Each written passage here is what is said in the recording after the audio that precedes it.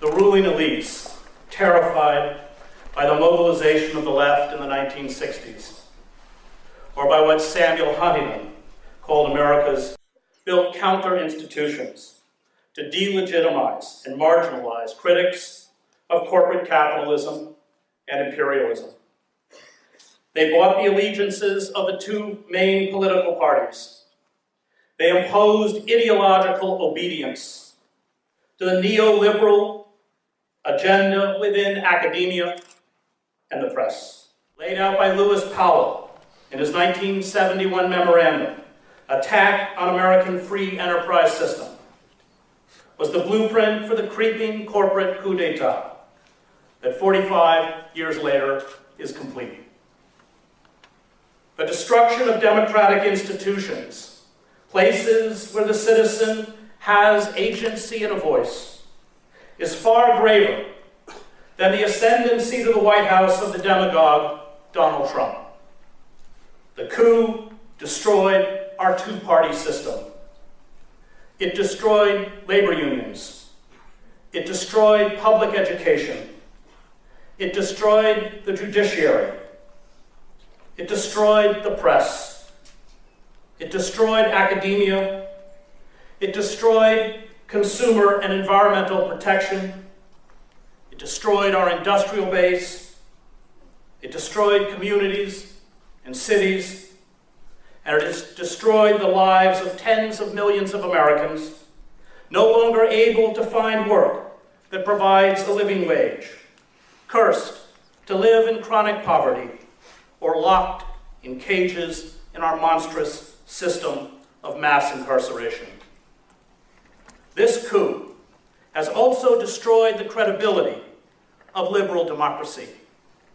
Self-identified liberals, such as the Clintons or Barack Obama, mouthed the words of liberal democratic values while making war on those values in the service of corporate power. The revolt we see rippling across the country is a revolt not only against a corporate system that has betrayed workers, but also, for many, liberal democracy itself. This is very dangerous. It will allow the radical right under a Trump administration to rapidly cement into place an Americanized fascism. Ignorance allied with power, James Baldwin wrote, is the most ferocious enemy justice can have.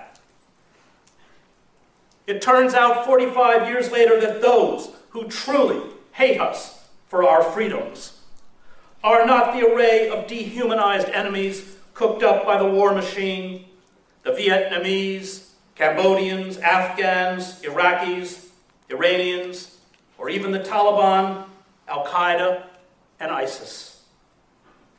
They are the financiers, bankers, politicians, public intellectuals and pundits, lawyers, journalists, and business people, cultivated in the elite universities and business schools, who sold us the utopian dream of neoliberalism. We are entering the twilight phase of capitalism. Wealth is no longer created by producing or manufacturing. It is created by manipulating the prices of stocks and commodities and imposing a crippling debt peonage on the public. Our casino capitalism has merged with the gambling industry.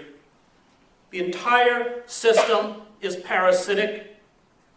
It is designed to prey on the desperate, students burdened by loans, underpaid workers burdened by credit card debt and mortgages, towns and cities forced to borrow to maintain municipal services. Casino magnates such as Sheldon Adelson and hedge fund managers such as Robert Mercer add nothing of value to society. They do not generate money, but redistribute it upwards to the 1%. They use lobbyists and campaign contributions to build monopolies. This is how the drug company Mylan raised the price of the EpiPen, used to treat allergy reactions from $57 in 2007 to $500. To rewrite the laws and regulations, they have given themselves the legal power to carry out a tax boycott, loot the U.S. Treasury, close factories, send jobs overseas, gut social service programs, and impose austerity. They have at the same time militarized our police, built the most sophisticated security and surveillance apparatus in human history, and taken from us our civil liberties by judicial fiat. They are ready, should we rise up in defiance. These mandarins are, if we speak in the language of God and country, traitors. They are parasites. Financial speculation in 17th century England was a crime. Speculators were hanged. The heads of most of the banks and hedge funds, the executives of large corporations such as Walmart and Gap that run sweatshop death traps for impoverished workers overseas, deserve prison far more than most of the poor students of color who never had a fair chance in life and who I teach within our prison system. When a tiny cabal seizes power, monarchist, communist, fascist, or corporate, it creates a mafia economy and a mafia state. Donald Trump is not an anomaly. He is the grotesque visage of a collapsed democracy. Trump and his coterie of billionaires, generals, half-wits, Christian fascists, criminals, racists, and deviants play the role of William Faulkner's Snopes clan. The Snopeses, in Faulkner's novels, ruthlessly seized control from the degenerated former slave-holding aristocratic elites. Flem Snopes and his extended family, which included a killer, a pedophile, a bigamist, an arsonist, a mentally disabled man who copulates with a cow, and a relative who sells tickets to witness the bestiality, are fictional representations of the scum now elevated to the highest level of the federal government. They embody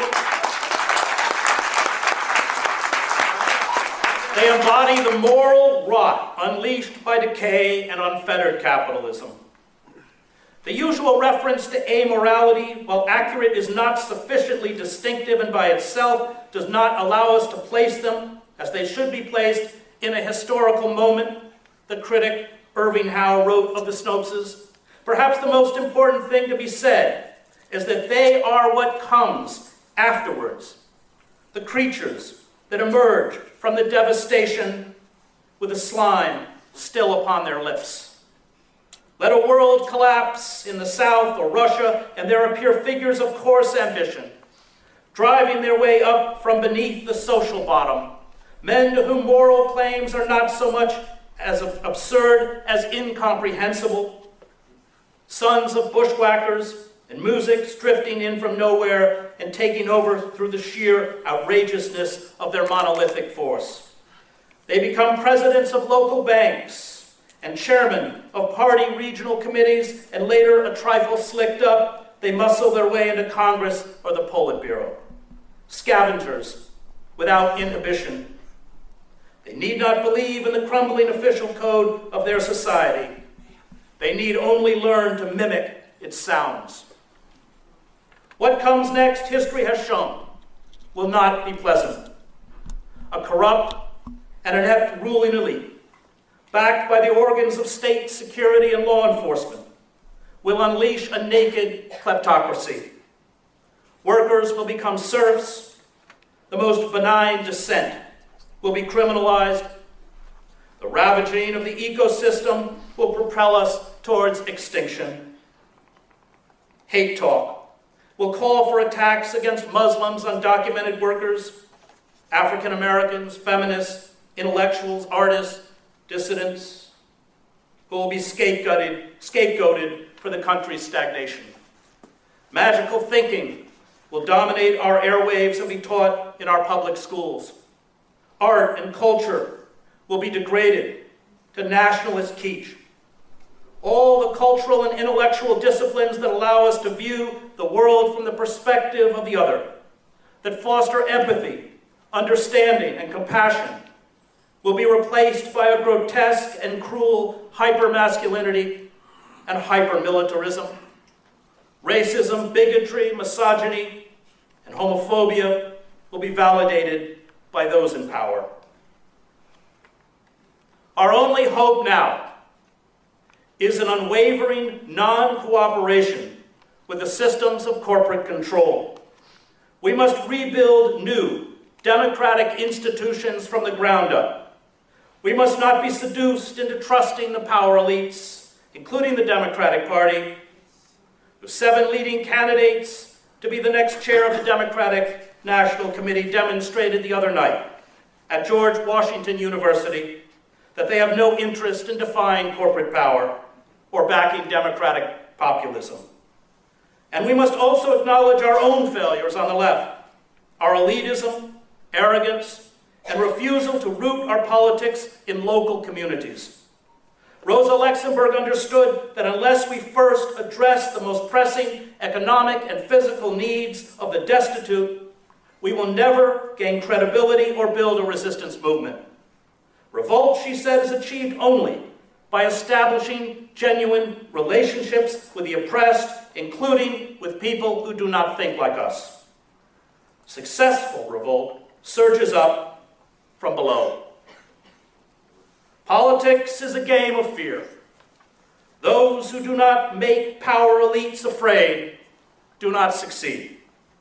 All the movements that opened up the democratic space in America, the abolitionists, suffragists, communists, socialists, anarchists, and the labor and civil rights movements, developed a critical mass and militancy that forced the centers of power to respond. The platitudes about justice, equality, and democracy are just that. Only when power is threatened does it react.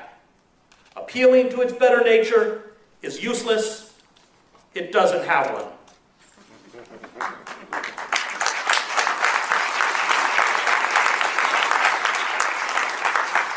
We once had within our capitalist democracy liberal institutions, the press, labor unions, third parties, civic and church groups, public broadcasting, well-funded public universities, and a liberal wing of the Democratic Party that were capable of responding to outside pressure from movements.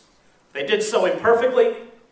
They provided only enough reforms to save the capitalist system from widespread unrest or with a breakdown of capitalism in the 1930s from revolution. They never addressed white supremacy and institutional racism or the cruelty that is endemic to capitalism. But they had the ability to ameliorate the suffering of working men and women. This safety valve no longer works, and when reform becomes impossible, revolution becomes inevitable. The days ahead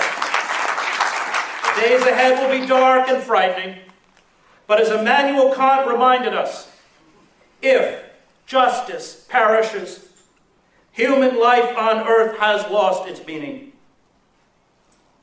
We fight for the sacred. We fight for life. It is a fight we must not lose. To be a bystander is to be complicit in radical evil. Tell it.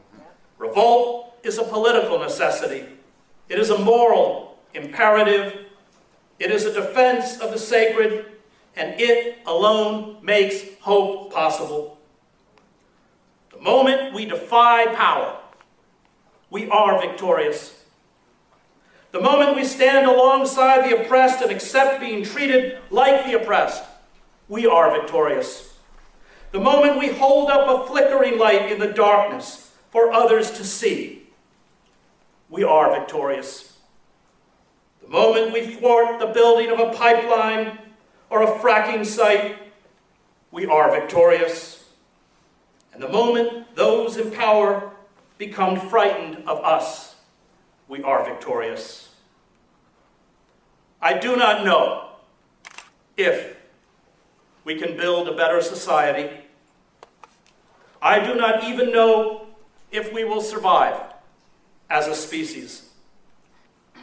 But I know these corporate forces have us by the throat, and they have my children by the throat.